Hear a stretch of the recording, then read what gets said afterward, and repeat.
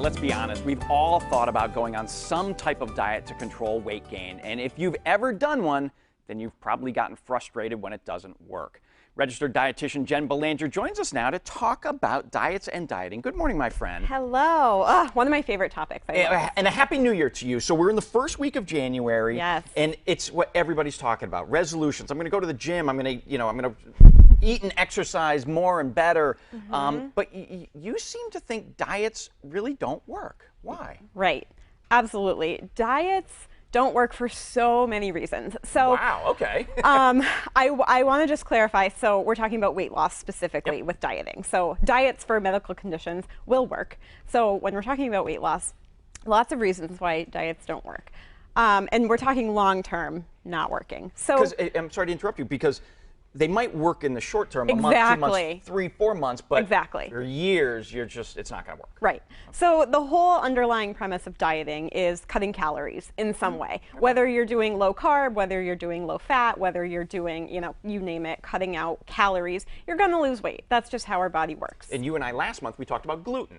And you said it was short term. You will see an immediate, but it's right, because you're cutting out hamburgers and cake and pie and stuff. Right, exactly. But long term, isn't that the whole point of going on a diet? Is we want to achieve long term success. Right. 95% of diets fail. That's a statistic that is out there.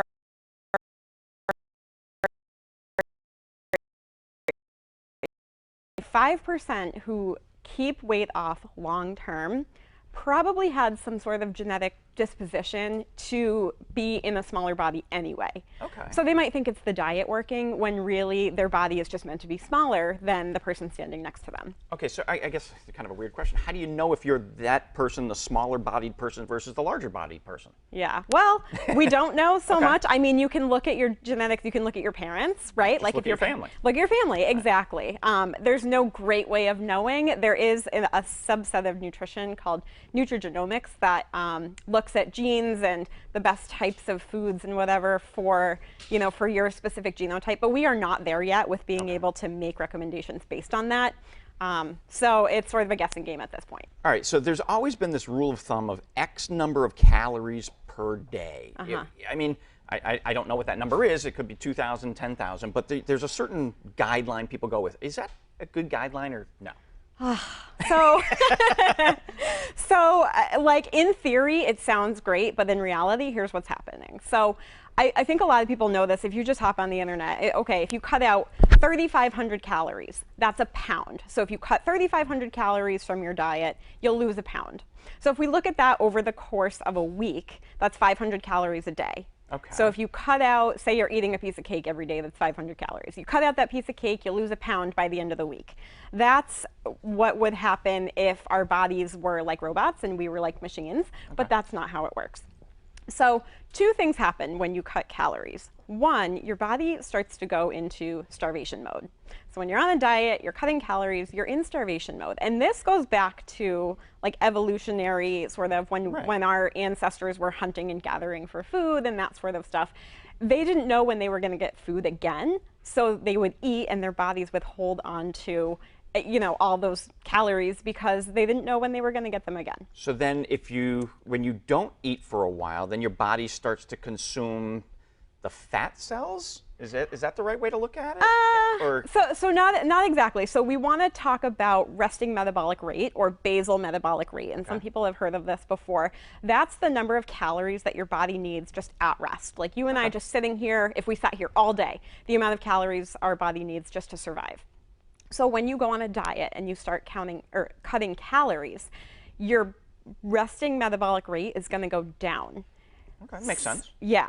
So what's happening is the RMR goes down, and then once you start eating normally again, if you're like, okay, I'm done with this diet, don't want to do it anymore, those calories that you add back in are now extra. Right. So those extra calories are now going to make you gain weight. So people who go on diets, they'll lose weight in the short term, they can't sustain it, they start eating normally again, and they gain the weight back and then some because their metabolism is all messed up. Oh, so if you weighed this number, you went on a diet, you dropped 10 pounds, you might gain 15 back. Exactly. Wow. Exactly. So that whole, if I just cut out 3,500 calories a week, I'll lose, 20 pounds over the course of however long. Right. It's not how it works because our body starts to adapt and adjust to that lower calorie number. So what's your recommendation? So what can we do to actually promote healthy weight, right? Eat a diet really high in fiber, and we have all our fruits and vegetables sitting here, right? So there are studies that show that people who eat a higher fiber diet have lower weights long term and can maintain those weights. So I talk about fiber, I think, every single time I come on this show. So it's important. It's so important. It comes up everywhere. So fruits, vegetables, nuts, beans. So I love virtually all of that, okay? But I just, at the end of the day, after I've had some of that, I just don't feel satisfied, so that's when I go to the Tootsie Rolls, I go to the cookies. How do I get beyond that? How do I remain satisfied with fruits and veggies?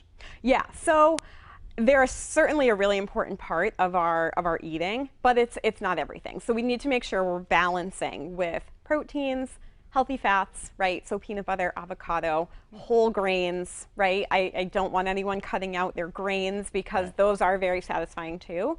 And in terms of dieting, so another reason this doesn't work is when you deprive yourself of the sweets, the Tootsie Rolls, the whatever Cookies, makes you excited. Cakes, yep. Yeah, when you deprive yourself, you just can't sustain that. It's just not realistic to think that we can go our entire life without sugar. Right. Sugar is a very natural, innate taste that we want as humans.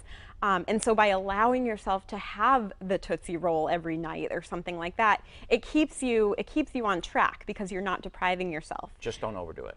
Don't overdo it. And when you deprive yourself, you're more likely to binge later. So isn't it better to have a Tootsie Roll each night than like 7 pieces of cake after a week of depriving? Very, very good. Jen Belanger, always fun having you on. Happy New Year to you and your family. Thanks for being here. Thank you.